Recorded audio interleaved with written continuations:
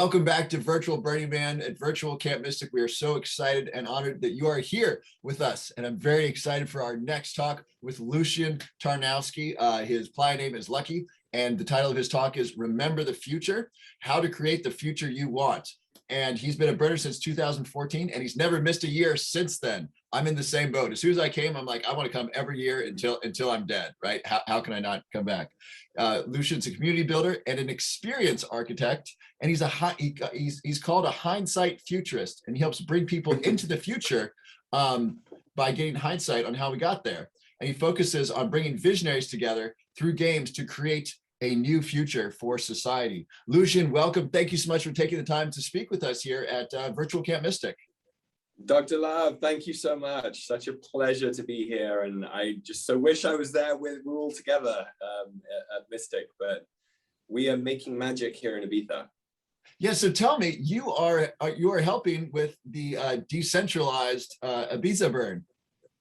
Yeah, so it's when Burning Man org put the announcement out that it wasn't going to happen this year. I had a whole plan around creating a 2030 immersion on Playa, which is something we've been doing. We did it at the last Burn with Mystic, and it was a great success. So, 2030 is the best place to throw a party, by the way.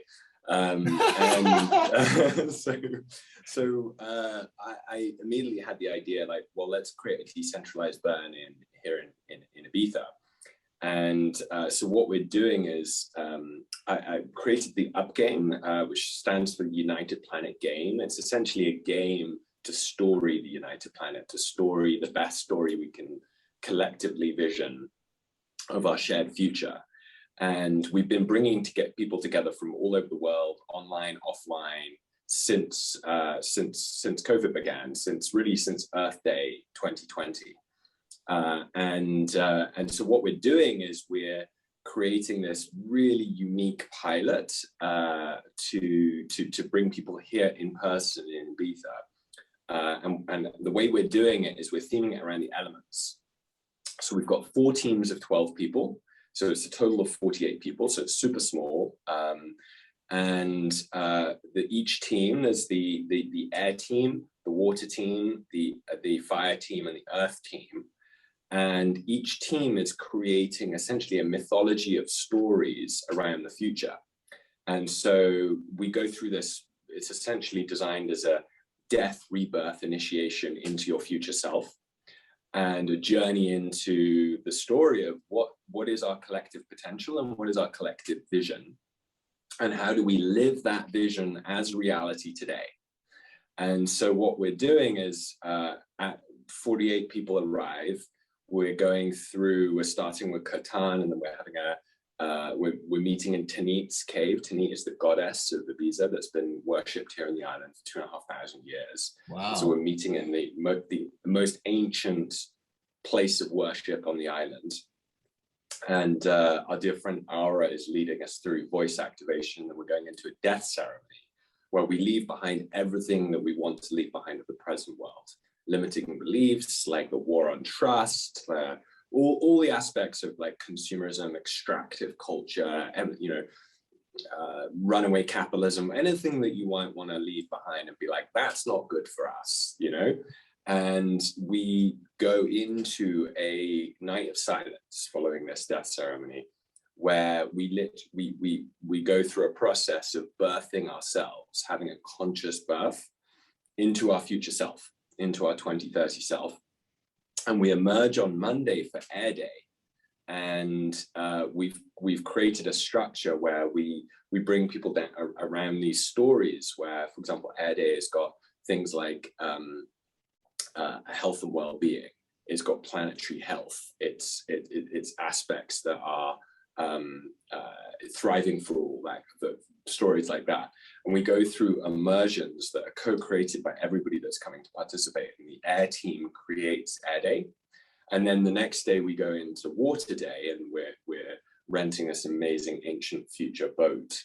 And we're going to be out on the water, and we'll create immersive experiences around things like ocean security, peace and justice, water security, and community abundance is the next day.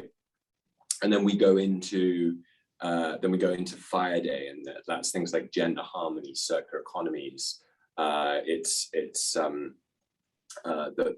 the wealthy commons, and unleashing potential. And that's the Fire Day. We go into like a Temescal and have a whole immersive experience around the fire element.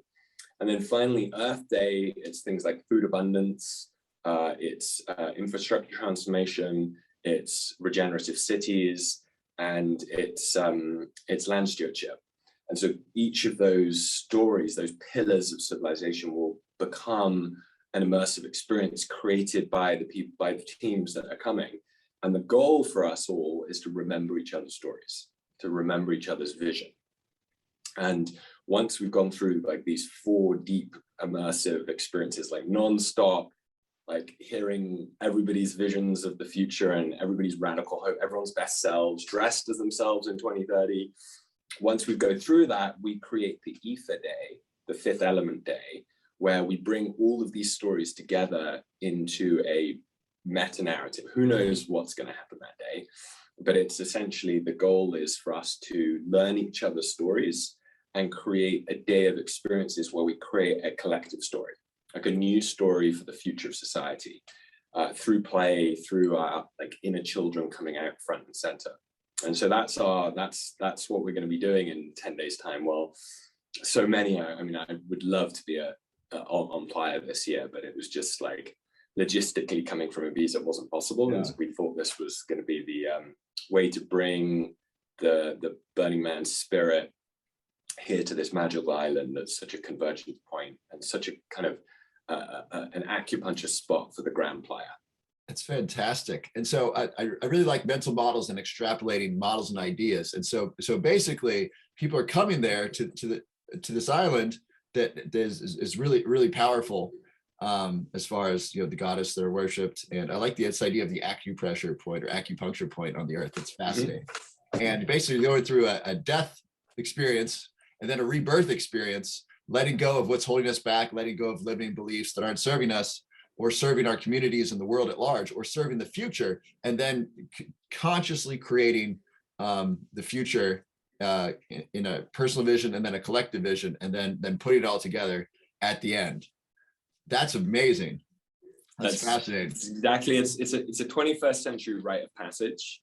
And, you know, the question I've been asking is like, you know, it's clear, you know, we can be certain that we're living in the most important time in the entire history of the planet. You know, the choices we make now in this decade will determine the lives not just of our grandchildren, but many generations to come. So that's a striking statement. I just want to make sure everyone heard that. We are living in the most important time in human history based upon the things that are coming together right now regarding technology, the environment, sustainability, the future, and what we're going to do. Absolutely. The convergence of like this point we're at, you know, a civilizational crescendo, I call it, like where the choices we make in the here and now, this decade, not like we can't push this off, right? It's the choices we make this decade, the golden decade of the 20s, will determine the lives and livelihoods of not just of human life, but of all life for generations to come. So stakes are high, basically, and we're in a pickle. And so the question here is, how can we upgrade the story we tell ourselves about the future? Because if you look around in society, most places that you hear about the future is dystopian, you know, and we know individually that, you know, what we believe to be, you know, what we believe we manifest, like we create the stories we tell. You know, what do you think about the masks and like the dystopian future? Because like a third of the dystopian futures are related to disease. And, you know, 10 years ago, we'd see movies of people wearing masks and so forth. Now that's like here, which is it's here, right? You know, it's like 1984 is becoming. Yeah, the government's definitely spying on us, right? Like all the time, and we've allowed it. Like the dystopian futures have come together. It's not as bad as it is in the books and movies, but we have those elements in our society today for sure.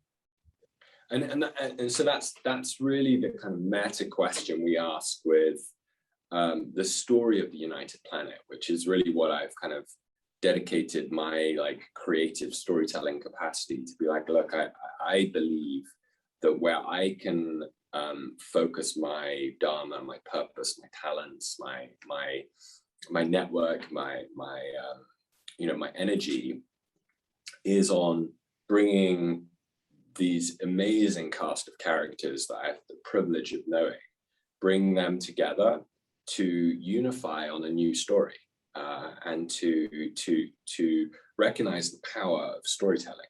It's like a good story can change everything. And one thing we're not doing well is systematically creating a story that is for everyone, that is like all of us or none of us, that is like recognizing this challenge we're in of, it's kind of humanism versus tribalism right now, really at the front line.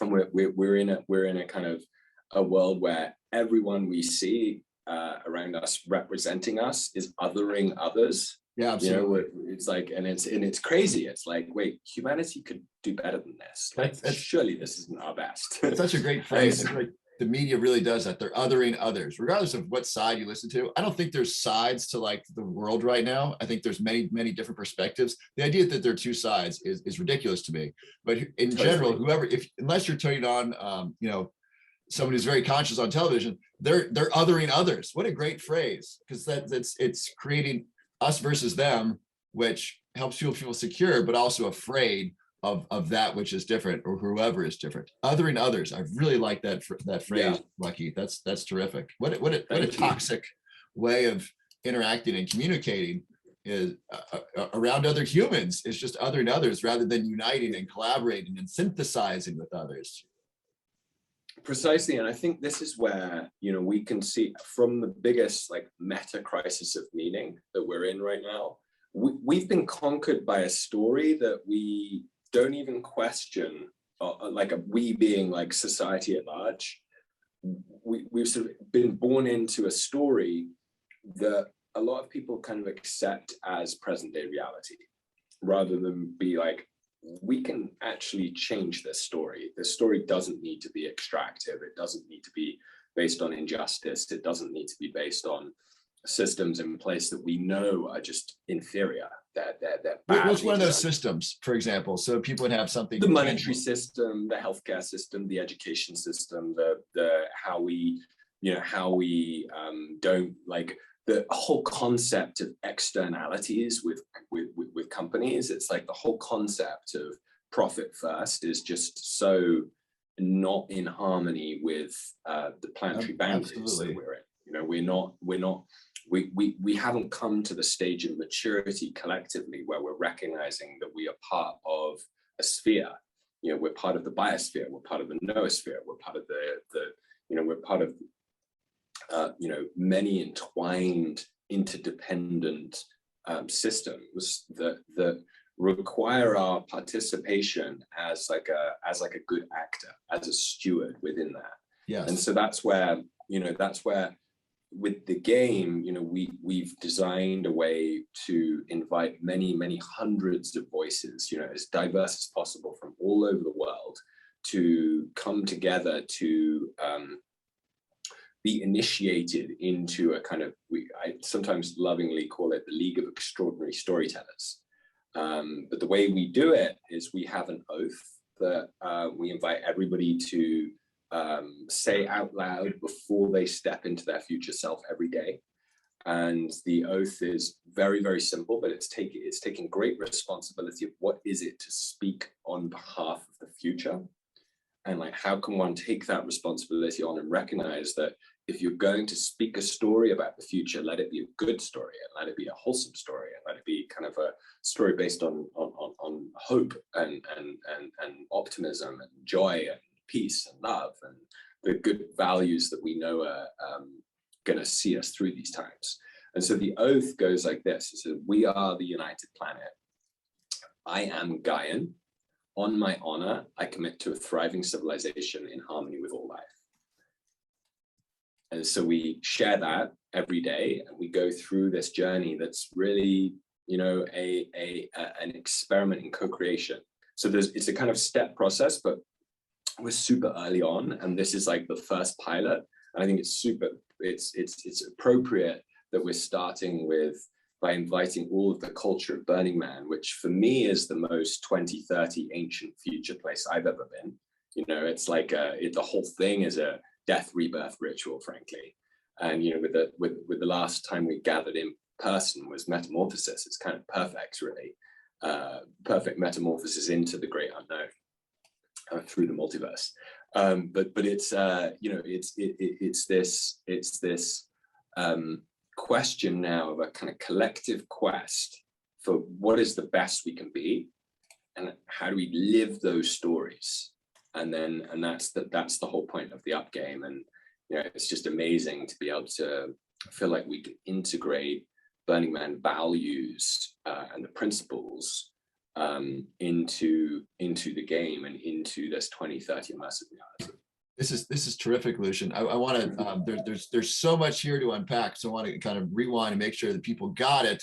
And then I want to extrapolate a little bit for people who aren't going to be there at Ibiza, but how they can use, I would say, this almost psychological, cultural technology that you're talking about of reprogramming and using the power of story, how we can use in our own lives on a more micro level and begin the process of each of us creating our own future, even if it's just an individual future, and then eventually moving to the collective. So the oath, first, I want to make sure I got the oath right. So we are the United Planet. And then I am, is it Gaiam? I am Gaian. Can you spell that? I am Gaian. We looked at all of the different concepts out there for a planetary identity. You know, I've believed since I honestly, I don't remember not thinking this, because it was just the way I was raised. Fortunately, I was born to kind of very planetary focused parents. And it's the whole notion of Gaian is a planetary identity. You might be American, I might be British. You know, I lived in the States. I just was there the last 10 years. You know, it's like this, we have national identities that are, for a lot of people, that's the kind of top of their totem of identity totem. Is like, I'm from this country. But there's a whole lot of other of us that are kind of planetary citizens. We're citizens of the world, you know, and we're not necessarily, we're recognizing that nation states is just a story. And it's a story that hasn't actually served humanity that well, particularly since the 70s, you know, where we've seen just radical like destruction of our environments with frankly people being asleep that are meant to be representing the future of the nation. The problem is nations create this like zero-sum game where it's like, you know, nations aren't taking responsibility on a global stage. And many of the global institutions we have fall into this structure where they're subservient to nations. The UN, for example, completely hijacked by nations. It's completely not able to achieve its mandate because it's been hijacked. And anybody that thinks it can, it just isn't close enough to realize that bureaucracy is killing the organization. And even though it was set up with great intentions post-World War II, or during World War II, as a kind of traumatic response to an awful war, it's not up to the job. You know, one thing to note is like every great civilization of the past, language was one of its like highest cultural expressions, cultural celebrations, you know, almost an art form. You know, you look at Hebrew, or you look at, you know, look at any of the ancient languages that we have, Sanskrit, for example. You look at, you know, whichever civilization we had a kind of language was like a cultural expression. Now, thinking with Gaian is, could we create a language called Gaian that we speak and we communicate in Gaian, and we are Gaian identity. So we live on Gaia, we are Gaian, and we communicate in Gaian. The same word for planet, people, and the way we communicate with all. Not because one question we're asking is, could we go beyond human communication? Could we start to communicate with other beings? Is one of the questions of Gaian. But then, how do we embrace the ancient future? How do we bring in haptic immersive bodysuits so that we don't need to wait in turn to communicate, but we can communicate with our emotions, with our feelings, with every sense we have in our being concurrently, so that we're able to communicate how we feel about something whilst being communicated, so we can use both words. And that's like the where we're getting at with kind of a new identity that I think is like something that we can experiment in a game environment, in an immersive environment from the future, where those experiments might just develop exactly what it takes to get us through this decade, to see us through this like decade of cultural explosion. You know, it's an open canvas for us to explore all the different ideas that could have like a non-incremental, like not a linear improvement in what we currently have, but a complete step change, like a quantum leap. And so that's what the game is inviting, is like, come bring your quantum leap ideas, your vision, the things you've seen, bring them in and tell them as if they've already happened.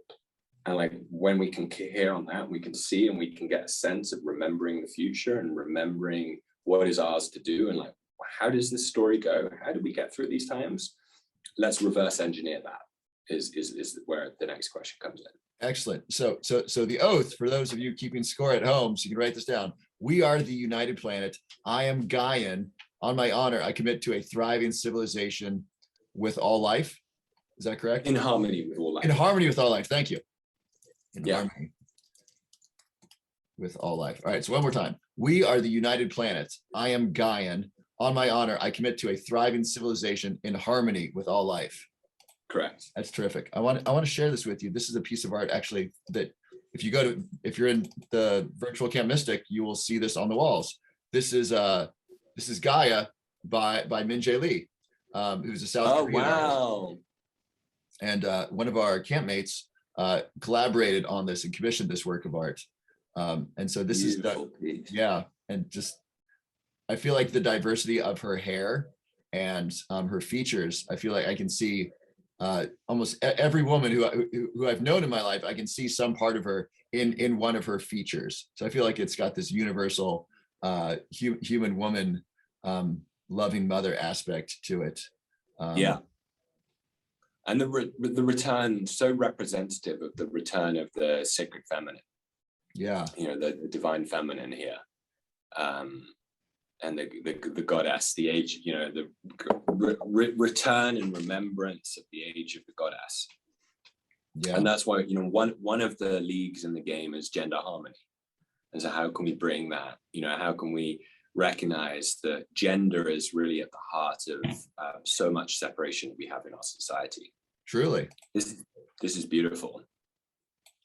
And if you come to physical Camp Mystic, if you can't find me, I'm usually sitting in front of her or one of the other paintings, just being inspired by them. Amazing. We're so fortunate to be surrounded by such art and music, as well as the speakers in our camp.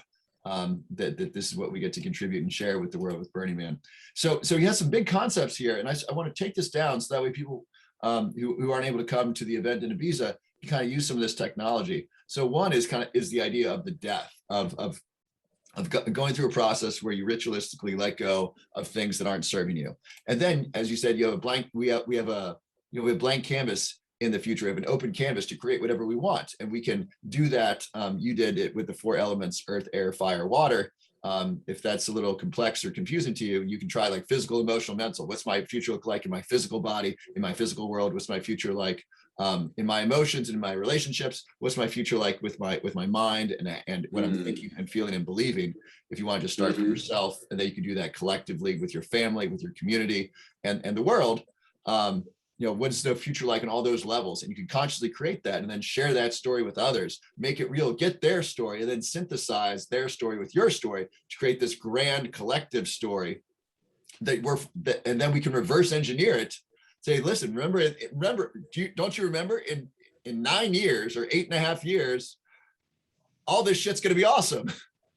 And it's going to be great. Remember that? Right. So we're supposed to do something today, or we could do something today that could be helpful in manifesting that and creating that in the future. And one of that is the story. And then 2 is then kind of getting those ideas into the collective mind through media, like movies, like songs, aspects of culture, where it's normalizing these ideas and beliefs and stories about what the future could be based upon one might say, our divinity as human beings. We were created to create a sustainable, beautiful, harmonious earth for all living beings, and we can steer it in that direction, and then making that part of our shared story as human beings on planet Earth.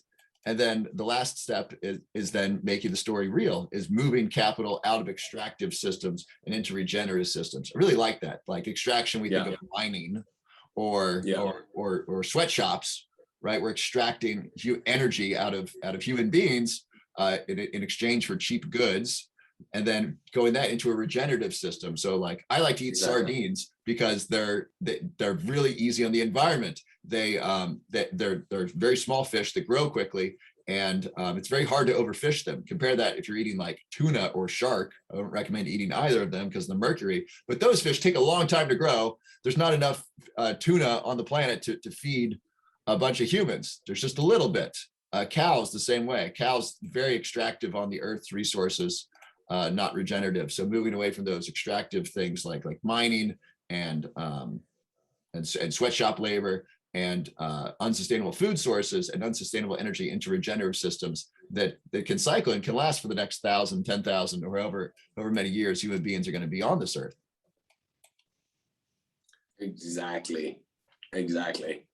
Cool. Yeah, so if someone's overwhelmed by this, Lucian, where can they start? Because this is, I mean, it's the first thing. Hey, just visualize 2030 and tell your husband, wife, children, their stories. Let's start with an origin story where this began from, and it can lead into a participation in what I like to call the greatest story ever told. So the origin story, where these ideas of like manifesting the future, remembering the future first came to me was, I heard this story about the moonshot, and it goes back to 1961, when JFK gave the speech at Rice University, where he said, by the end of the decade, we're going to put a man on the moon and bring him safely back to Earth. One of the most famous speeches of all time. And James Webb was running NASA at the time. And James Webb was the person, now the Webb telescope, total Jedi, genius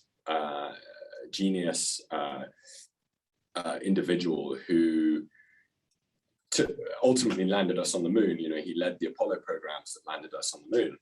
And he knew in 1961 that we didn't have the know-how. We didn't actually have the technology or the awareness of how to land on the moon. It was like a kind of like giant step, hence the moonshot. And so he did this crazy smart move where he in 61 threw a party inviting the greatest minds from across America, like the professors, the rocket scientists, the influencers, etc., to come to NASA to celebrate landing on the moon. He threw the celebration party 8 years before we landed on the moon. And I heard about this story and I was like, that's genius. And we've got the UN sustainability goals, the SDGs, the global goals as they're called. And so the way this all began is I basically took James Webb's inspiration and his kind of vision and said why don't we celebrate the Sustainable Development Goals being achieved in 2030? And we did it in Davos. I've been to the World Economic Forum the last 12 years. And so that was where we threw a party where I kind of hacked into the Davos system and started sending emails out as planetary service announcements from 2030 to the most powerful people in the world, saying, oh, this is a broadcast from the future. We did it. We achieved the goals. We're living in a thriving civilization in harmony with all life.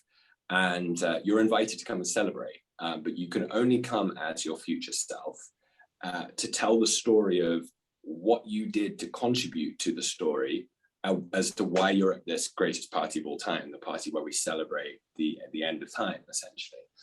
And it worked so well. We had one in, one out after 40 minutes, and people were queuing around the block to get into this first celebration.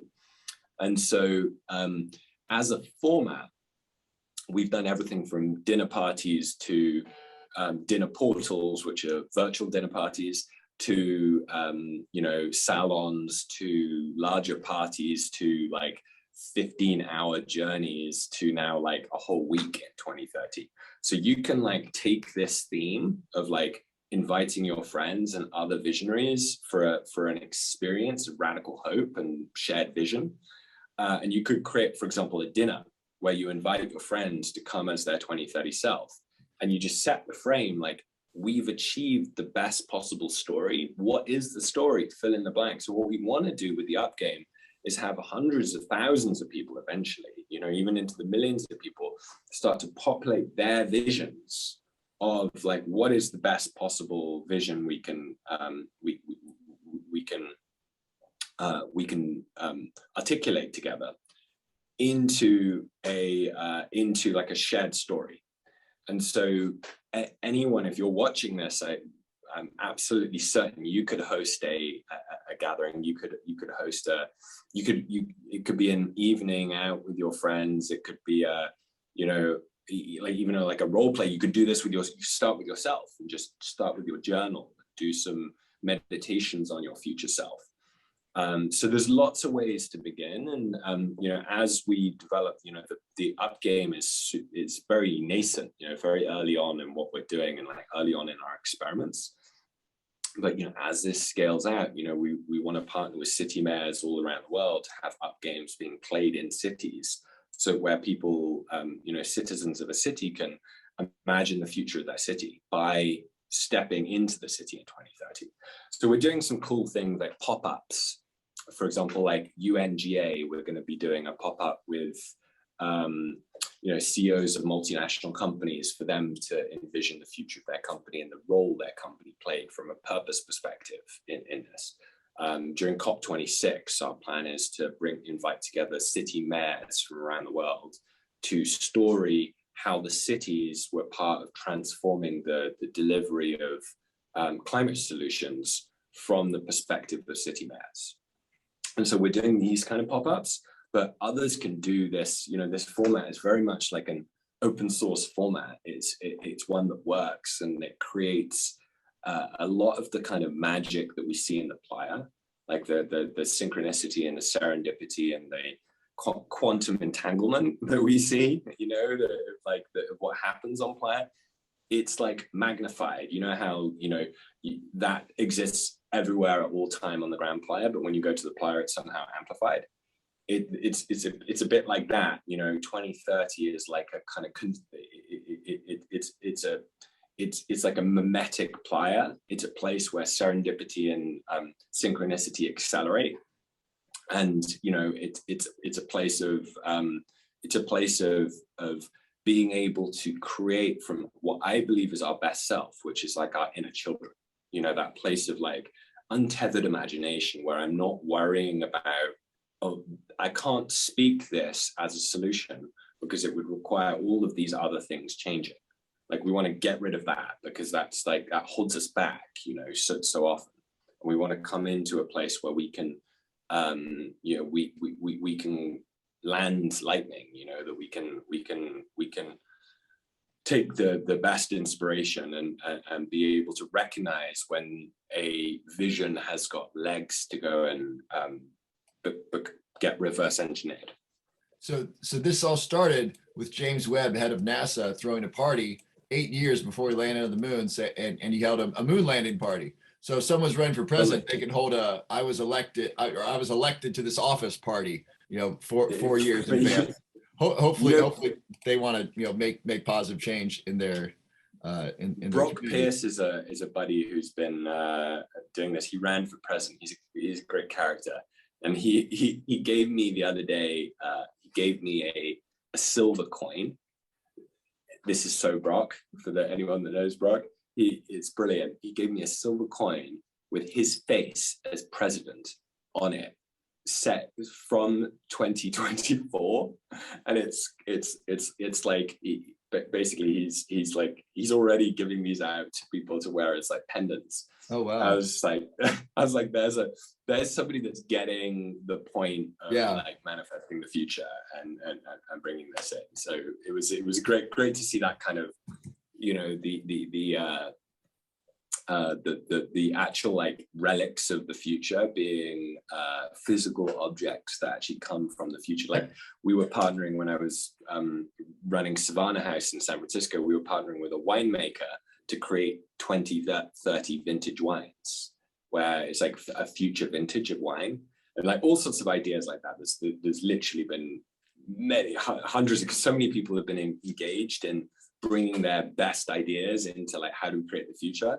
We are not short of like epic ways to create kind of planetary scale spectacles to seed radical hope and to be able to raise the bar of ambition as to like what are we collectively aiming for, and let's not stop at being less bad. You know, that's just like that's the current narrative, is like less bad.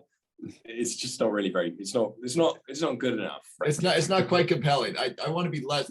Do you ever watch the Simpsons? Yeah, of course. All right, yeah. so I think Bart says, I feel something different. And Homer's like shame. Is like, no, I feel like something different than shame. And Lisa's like, pride? No, it's not as big as pride. And Homer's like, less shame? He's like, yeah, less shame. That's what I feel. Right. And that's what we're trying to do. Let's be less bad, which is not a super compelling future. It's not compelling. And like even language, you can, the telltale is, we talked about language earlier, right? Telltale is in language.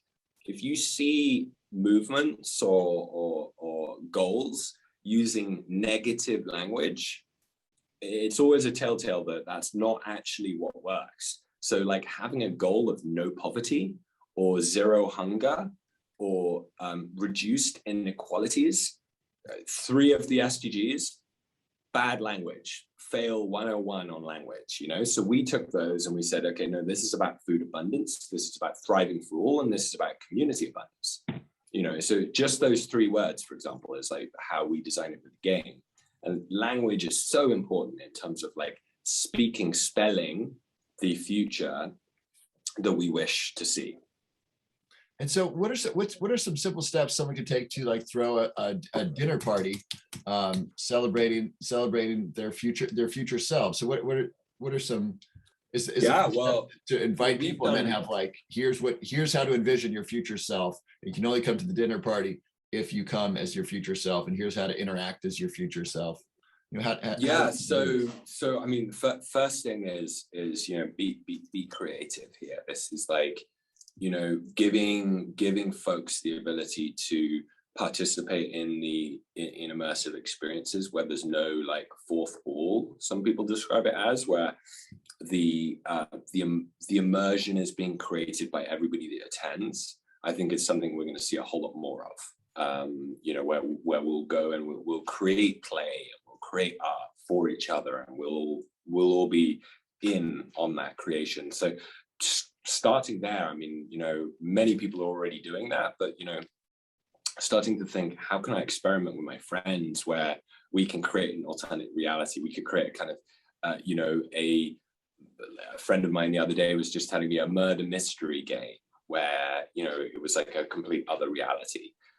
You could do all sorts of things. It could be a dinner conversation. It could be maybe you might want to throw a Mad Hatter's Tea Party set in 2030 and see what happens. Maybe you want to do a dinner where it's set in the future, but everybody comes representing their favorite paradox. It's something I've been thinking, where you actually come as a paradox to the dinner, and it's like you could set all sorts of different like invitations for creativity for folks. So what are your favorite paradoxes? If there was like 5 characters at this dinner party, what would the paradoxes be? Oh, that's such a good question. I mean, for me, like a paradox might be that choice and no choice. The notion of things being predetermined and having complete choice and sovereignty at the same time. That's a paradox, for example, that I love to play with and love to know, some people are like, everything's predetermined and predestined and everything is the way is, but then we live in this universe of like infinite choices, and there's lots of different realities. So you could come with as that paradox, and you could represent the notion of having no choice and choice at the same time. It might be something that like opposites are not actually opposite. It might be something like time and no time, you know, where you come as like, I love playing with time, for example, that this notion that chronos is linear time, clock time, and kairos is all time. So kairos is like this Greek concept of the time that includes all time, includes the deep now, the before, and whatever's to come.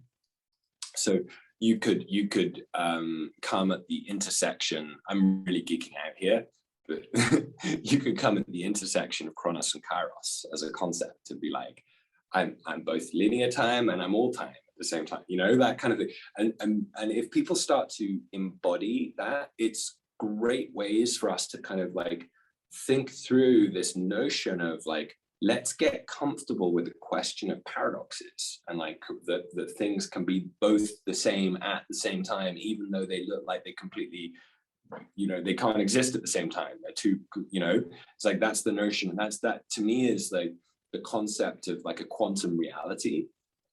And so I think like creating art to express the nature of reality is really powerful. Like that to me is what it is to, like, for me, this is like, I often will call myself a chron artist, that I make art out of time. And so for me, time and a game is kind of like a fractal of reality itself. And so creating a game environment where we're stepping into a different moment in time, for me, is like a fractal of reality. It's like a good comparison would be if anyone's seen the movie Inception. I'm sure, like the Leonardo DiCaprio movie about dreams, where the kind of the plot is, it's you know, we're going to infiltrate and seed a story into someone's dreams, because there's nothing more powerful than a story, and have them think that they came up with a story, and then they'll change their behaviors based on that story. And so they end up going, you know, creating a dream within the dream within the dream. And so the question here with the game is like, how do we create a game within the game within the game? Is like, because the whole of reality is like a game we created. Like, you know, ultimately, if you go down to kind of the oneness, like we created, as in like the collective we, the God we created reality to know ourselves, to witness ourselves. And it's like you spiral that down into like, okay, life, and we're what are we doing? Well, we're creating art. And what does art want? Is art wants a witness. And so like creating immersive experiences where you invite people to come and live as like a embodied art, as an expression, and then others can witness and see that and be inspired by that. That to me is like the way that we can catalyze human creativity and imagination to drive towards our best selves. This is excellent. So Lucian, we only have a few minutes left. I want to make sure we give people kind of the outline for our party. I love this idea of a game within a game, that reality is a game. You know, Jordan Peterson says, you know, the goal of playing a soccer game isn't to win the game, it's to win the championship. And the goal of the win the championship, you want to win the championship of life, which is playing lots of games inside of this reality. You don't just want to win the Super Bowl and that's the end of your life. You want to keep continuing to do these things in your life. And so I love this idea of creating a game inside the game. So you got Dinner Party, which is like a game inside of our human experience. And then you have the game of, okay, it's the future. And then it's okay, it's going to be a Mad Hatter Tea Party inside the future, right? That's multiple layers of a game, which is just fascinating. So one, be creative and define the parameters of whatever you want to experience, celebrating whatever it is you want to achieve, or celebrating, you know, world peace, which would be really cool. I've been to the grocery store recently. They say they'll say anything else, or can help you find something. I've been saying, yeah, world peace. And sometimes they'll look around, no, we don't have any peas. But like sometimes we're like, yeah, world peace. That'd be great if you just like buy that off the shelf and like you could like carry that. It's like, listen, this is something I'm investing in the future, is world peace. Exactly. I mean, that's one of the concepts of the game is like, can we have a league for peace and justice? How much capital is in that league? and like how that's going to fund the stories becoming reality. And we're doing like jujitsu moves, like telling the story of money from 2030, which is a really interesting experiment that I have a lot of fun with, but it's not what people think it is. Like money is completely transformed in 2030. And so like, what's your vision of money in 2030? So blockchain and crypto is changed money for some. Only 15 to 70% of Americans are into crypto. That number is growing, of course. But what's your vision of money in the future? Yeah, well, the short story on crypto is it's becoming dangerously close to George Orwell's Animal Farm. It's like Cry Revolution, except it's like it's a magnification of the existing problem. It's a cosmic joke. But the story we tell is the story of stars, and stars is the in-game currency. And so what we did was, back in Earth Day 2020, we shot an arrow from the future to the heart of the existing system by saying, what we're going to do is we're going to peg one star equals $1 on April 22nd, 2020, on the 50th anniversary of Earth Day. And from that moment on, every dollar that the US government prints makes it that much more expensive to convert your dollars into stars, and not any other currency. And so it just so happens that I think it's 34 out of every $100 have been printed since April 22nd, 2020. Get that? Listen to that again. Like, the 34 out of every $100 has been printed since COVID. Crazy. Wow. So it's now that much more expensive to convert your dollars to stars. So we basically have a peg with a decentralized, like it's an in-game currency that anybody can buy. Nobody controls it. So it's a swap, essentially. There's a swap from the default world of like an extractive system into a regenerative system, where once you bring your money into stars, it's like stars need to be utilized to fund games. And so you're funding, like you're allocating your stars to whatever your values are, whatever stories you want to see as reality. And we're creating a whole kind of currency system that can, where every citizen can use their capital as capital should be designed. It should be like, capital shouldn't be there to like hoard. It should be used to make the reality we all want to live in. And so that's the way we tell the story, is the dollars don't exist in in any way that they currently do in 2030, because we created a vacuum, a kind of a jujitsu move, if you like, on capitalism, that took a vacuum and said, what we're going to do is we're going to actually, every time the government gets addicted to printing more money, which is creating inflation, which is just a tax on the poor. Fundamentally, it's like the poor pay the cost of inflation, whereas that anyone with capital goes and invests that capital and increases. And so that's why we're seeing the rich get richer when the poor get poorer. As a result, like we trickle down, trickle down doesn't work, but trickle up from the future does. And so what we're designing for is essentially a way to create a vacuum of energy. So because it's when the existing systems come crashing down, we're living in a systemic house of cards. Our entire financial system is inevitably going to crash.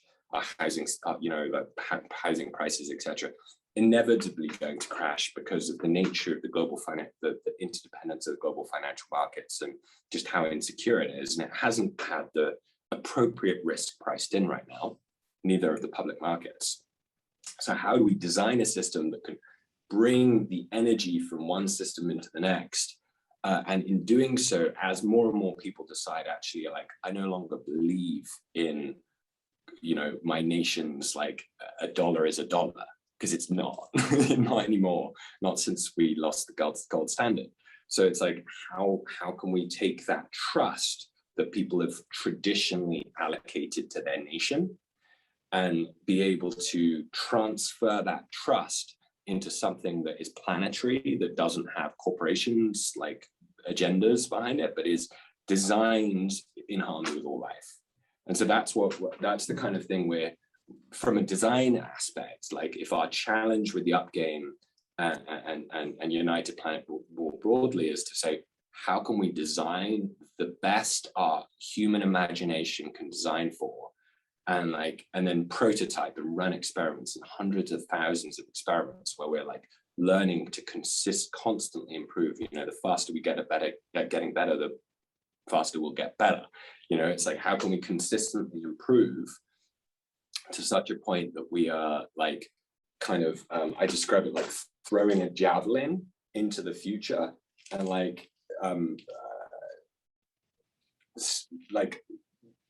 holding hands, like trapezing our way into that best possible outcome in the future. Brilliant. And so we just have like 3 minutes left, Lucian. So for the dinner party, so how to tell people how to prepare, right? So what are some instructions what are some concrete instructions we can give people? Say, listen, when you invite people, say these things, so that way people come prepared to actually embody their future self in 2020.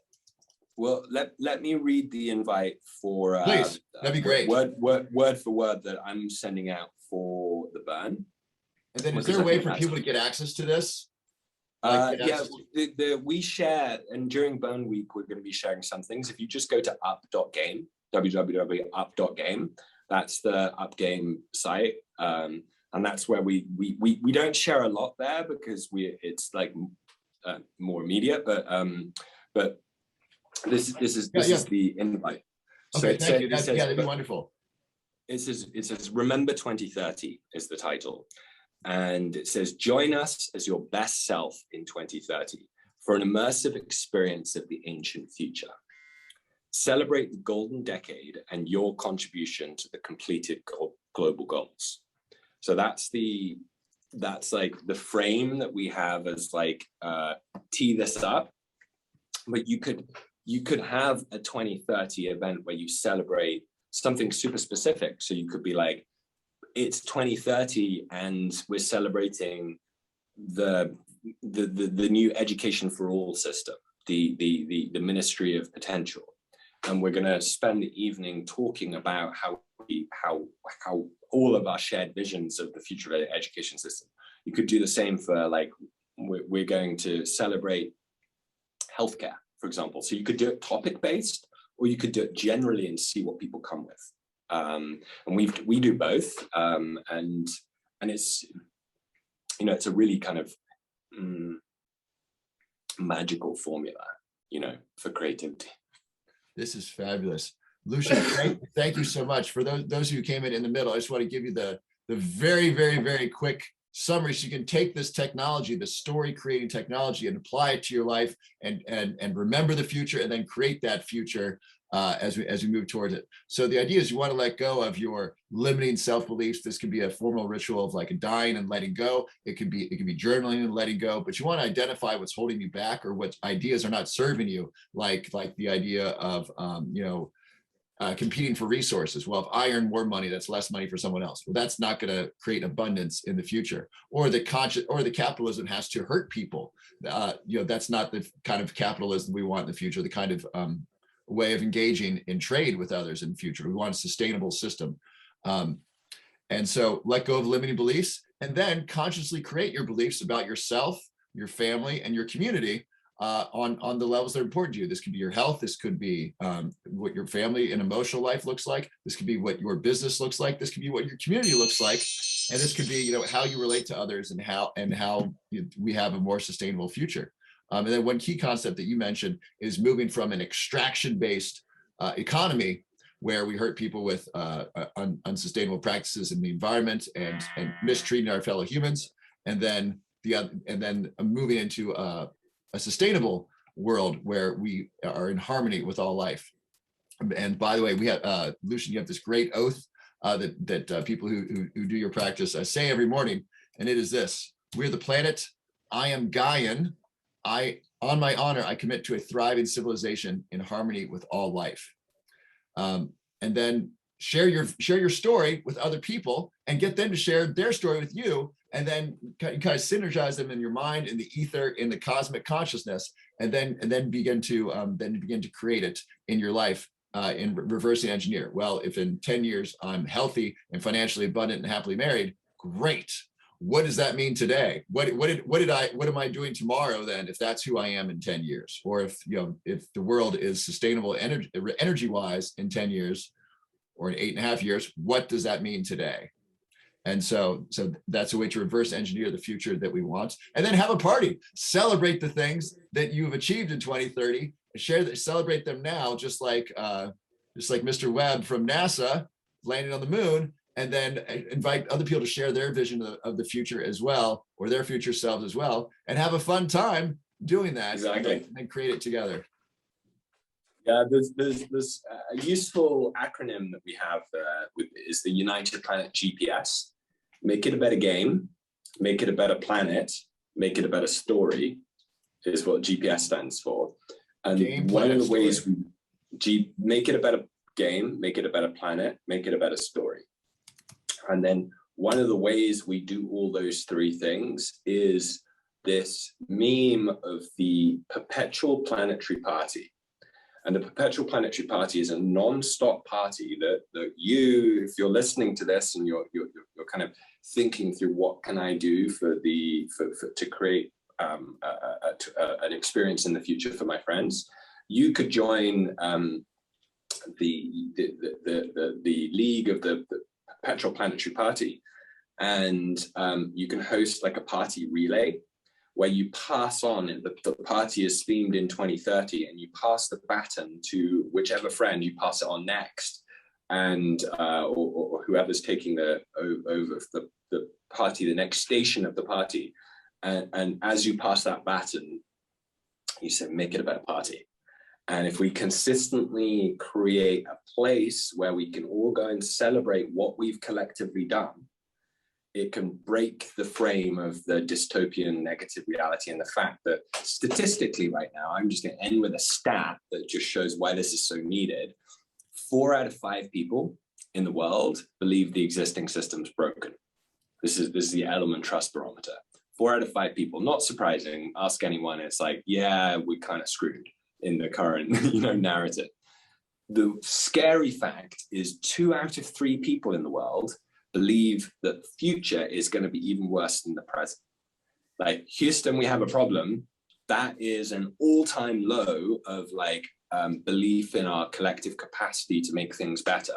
And so we need radical hope. We need to seed a new vision for what is our collective, purpose of being on Earth in this crucible moment.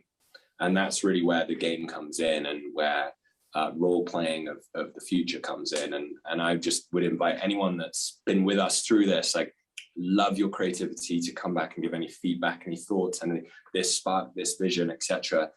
Everything with the Up game has been a co-creation of many people's vision and creativity. And, it's a strong prayer that we're creating, and it's a strong immersive experience. And, the death rebirth aspect is like the oldest, most universal ritual that we have in the world. It's like indigenous people all around the world practice that. So invite that, and I just very grateful for being here in this time to create together.